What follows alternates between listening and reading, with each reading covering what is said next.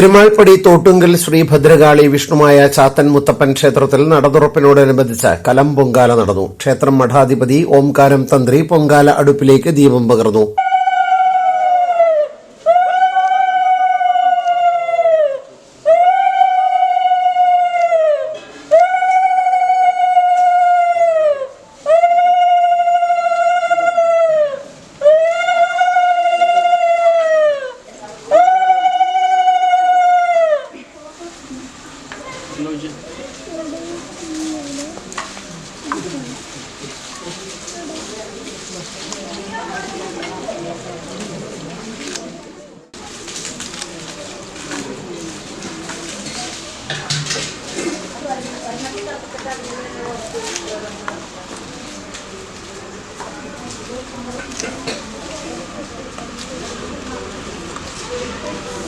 നൂറുകണക്കിന് ഭക്തജനങ്ങളാണ് പൊങ്കാല സമർപ്പിച്ചത്. ചടങ്ങുകൾക്ക് ശാന്തിമാരായ രാഹുൽ, ആകാശ്, യദുകൃഷ്ണ, ആരവ് കൃഷ്ണ എന്നിവർ നേതൃത്വം നൽകി.